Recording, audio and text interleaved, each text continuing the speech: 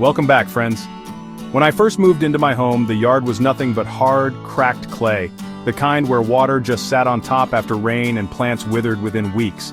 Traditional composting and raised beds weren't enough, so I decided to try two methods that gardeners around the world swear by: Hügelkultur and white clover. The results shocked me. In less than a season, what was once a lifeless patch of dirt turned into a lush green oasis buzzing with pollinators. Today I'll walk you step by step through exactly how I did it, so you can transform your own garden too.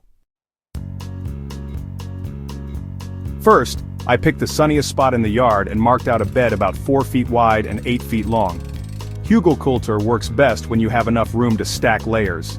I dug down about a foot, creating a shallow trench. This not only gave me space for the wood core but also allowed me to slightly loosen that stubborn clay. If your yard is pure clay like mine, don't stress about digging deep. Even a shallow bed will work. At the base of the trench, I laid down old logs and large branches. These act like sponges, slowly absorbing water and releasing it back into the soil during dry periods. I avoided black walnut or cedar, since they can inhibit plant growth. On top of the big logs, I added smaller sticks and twigs, filling in gaps to create a solid base. This woody foundation is what sets Hügelkultur apart from a normal raised bed. It provides long-term moisture and nutrients as it decays. Once the wood core was in place, I added layers of organic material.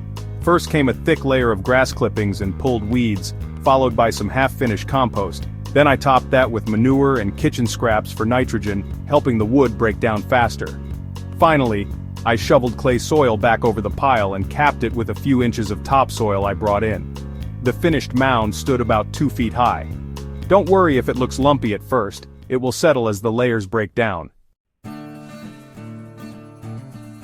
Okay, so now for the magic ingredient, white clover. I scattered clover seeds evenly across the mound, aiming for about 2 tablespoons per square meter. After lightly raking them in, I watered gently. Clover germinates quickly and spreads fast, creating a green carpet over the hugel bed. This cover crop is honestly a game changer.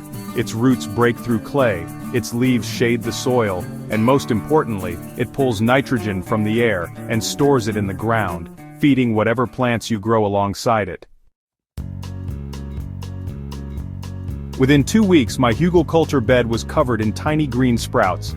As the clover grew, it held moisture in the mound and prevented erosion during heavy rains. I trimmed the clover occasionally, laying the cuttings back down as mulch. This simple step recycled nutrients directly into the soil and gave worms a feast to work on. Over time, the once barren clay underneath became crumbly and alive with organic matter. By the time the clover had established, the mound was ready for vegetables.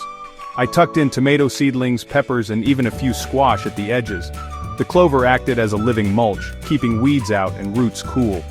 My plants thrived without the need for chemical fertilizers, because the combination of decomposing wood and nitrogen-fixing clover created a rich, balanced soil ecosystem. In just one season, the change was dramatic.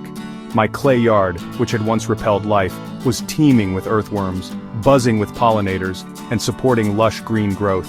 The combination of Hügelkultur's layered fertility and white clover's living cover created an ecosystem that continues to feed itself year after year. So if your yard feels hopeless, heavy clay, compacted soil, or lifeless dirt, don't give up. Start with one Hügelkultur bed, seed it with clover, and watch as nature does the rest.